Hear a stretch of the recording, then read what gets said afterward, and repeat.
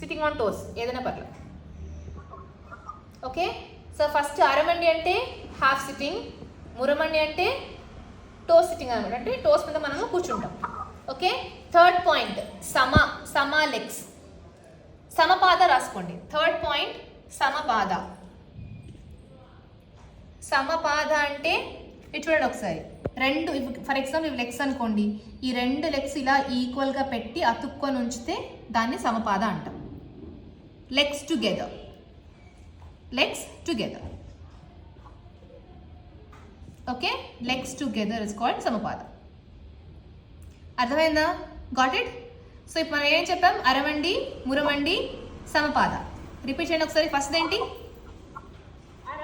Very good. సెకండ్ది మురమండి, నమస్తే అమ్మ. థర్డ్ది